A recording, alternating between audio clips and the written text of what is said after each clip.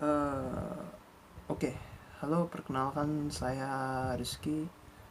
Saya dari Prodi Manajemen dan sekarang saya akan menjelaskan sedikit tentang investasi dan investasi apa yang menurut saya paling bagus dan kenapa kita harus berinvestasi, macam-macam investasi dan sebagainya.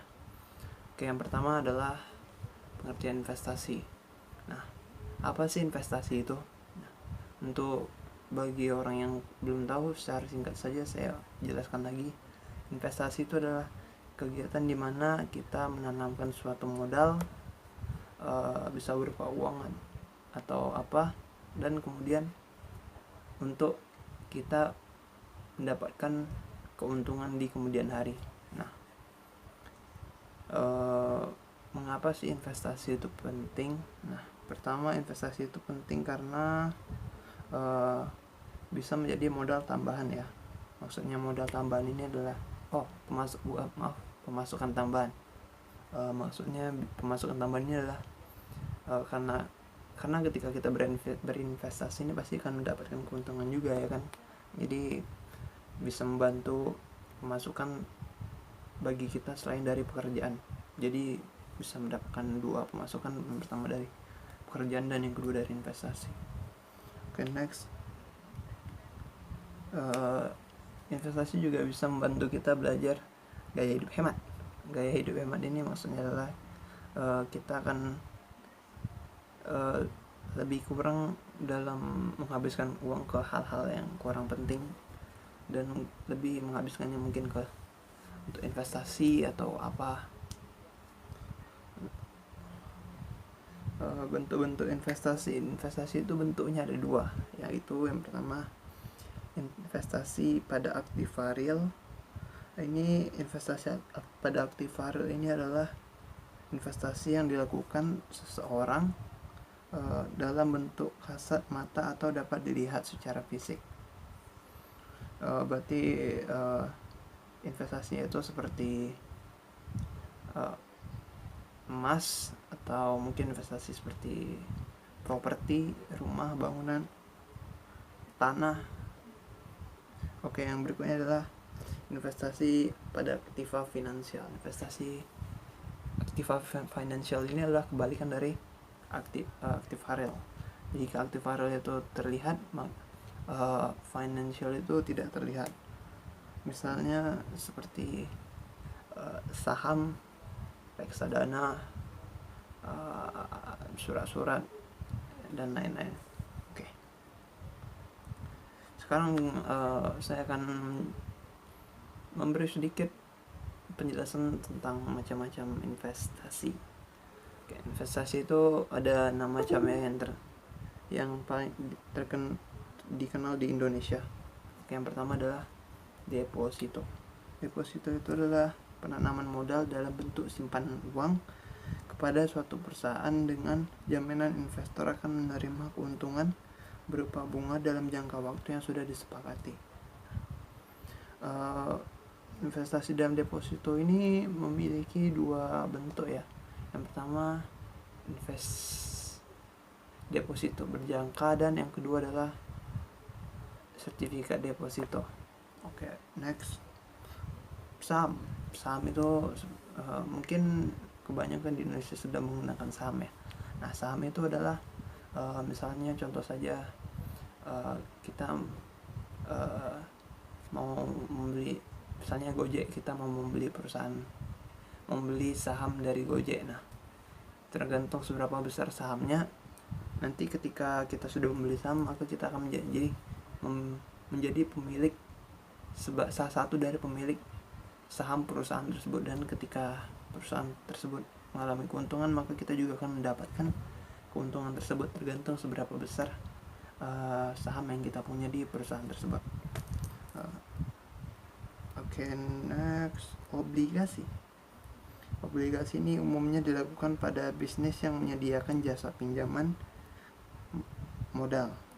Nah, obligasi ini bisa dibilang lebih menguntungkan daripada deposito, tapi risikonya lebih tinggi juga ya, karena eh, jika peminjam modal bangkrut, maka ada kemungkinan besar hutangnya itu tidak dibayar. Jadi kita sudah meminjam uang tapi orang yang kita pinjamkan itu bangkrut, maka sudah kita juga rugi ya, uangnya nggak balik.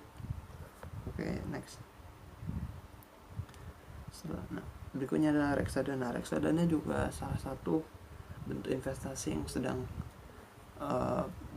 naik ya selain saham. Nah, reksadana ini adalah dimana sekumpulan orang menaruh uangnya menginvestasikan uangnya di satu anggap satu tempat gitu, dan kemudian uang tersebut akan dikelola oleh orang-orang yang ahli dalam investasi dan akan diinvestasikan ke sekuritas lain agar kita mendapatkan keuntungan. Nah, investasi reksadana ini biasanya dilakukan dalam jangka waktu panjang ya.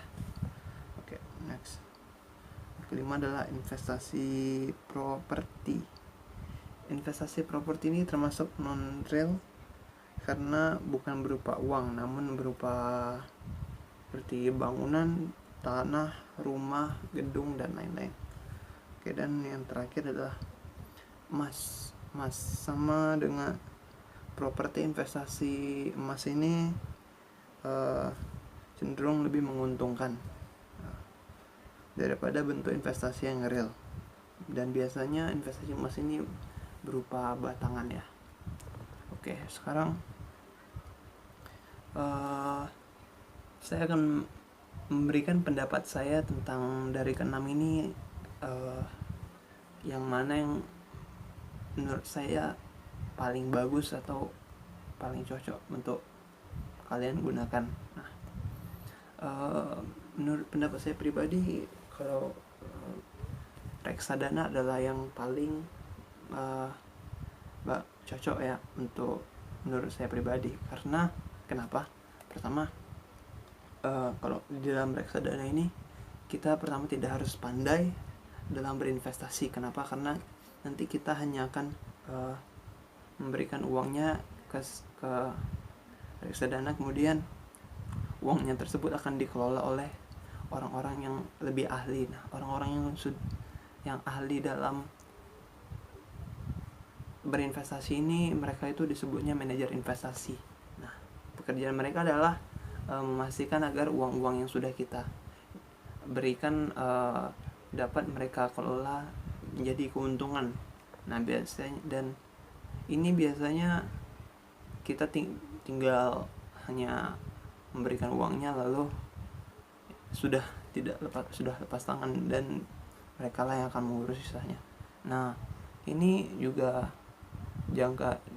investasi ini digunakan dalam jangka waktu panjang ya. Jadi bisa dibilang ini adalah salah satu investasi yang menguntungkan. Dan mengapa saya bilang ini yang paling bagus? Karena untuk orang-orang yang awal ini adalah salah satu langkah awal yang bagus untuk berinvestasi. Dan keuntungannya adalah kemungkinan kita untuk rugi itu tidak begitu besar ya. Karena kalau misalnya kita menggunakan saham, berinvestasi di saham, tapi kita adalah orang yang tidak begitu ngerti, atau mungkin baru awal-awal pertama kali masuk ke dalam dunia investasi ini, nah pasti kita kemungkinan besar akan rugi karena kita ini belum tahu ilmunya, bagaimana cara berinvestasi yang baik, dan cara melihat harga naik turunnya dan lain-lain. Dan sedangkan di reksadana ini sudah ada orang yang mengerjakan itu semua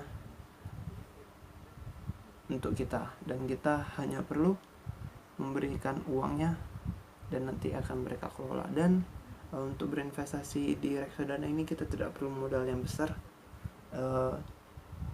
Kita hanya perlu modal lebih kurang sekitar 100.000 dan 100.000 ini sudah bisa kalian berikan dan langsung mulai berinvestasi, dan nanti yang kelola adalah mereka. Kita hanya menunggu enaknya saja kalau bisa dibilang ya.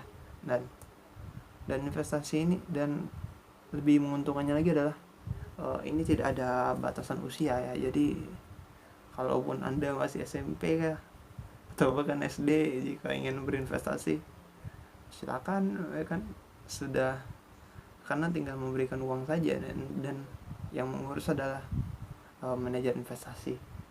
Nah, saya rasa segitu saja pembahasannya. Saya harap ada ilmu yang bisa kalian petik dari sini. Ya kalau tidak, mohon maaf. Oke, segitu saja. Saya Rizky, sekian, bye bye.